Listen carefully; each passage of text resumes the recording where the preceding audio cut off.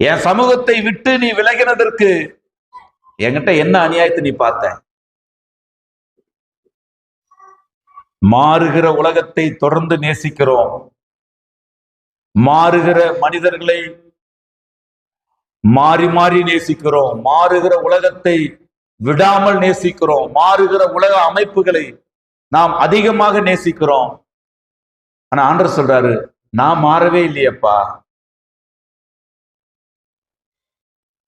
நான் மாறவே இல்லையே.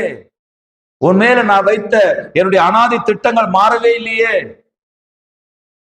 உனக்காக சிலுவையில நான் மரிக்கும் போது உன் மேல என்ன அன்பு வைத்திருந்தேனோ அதே அளவுக்கான அன்பை வைத்து தான் நான் பரிந்து பேசிக் கொண்டிருக்கிறேன். உன் மேல நான் உலக தோற்றத்துக்கு முன்னாடி என்ன ஒரு மதிப்பீடு உன் மேல இருந்ததோ, நீ பாவமற்ற நிலையில் ஆவி நிலையில் என்னிடத்தில் இருக்கும் பொழுது எவ்வளவாக நேசிக்கப்பட்டாயோ அதே நேசத்தை தானே நீ பாவியா இருக்கும் போது உன் மேல வச்ச. அதைத்தான் ரோமர் 8:5 சொல்லு 5ஆம் அதிகாரம் 8ஆம் வசனம் சொல்லுகிறது, நாம் பாவிகளாய் இருக்கையில் கிறிஸ்து நமக்காக மரித்ததினாலே தேவன் நம்மேல் வைத்த தமது அன்பை விளங்க பண்ணினார்.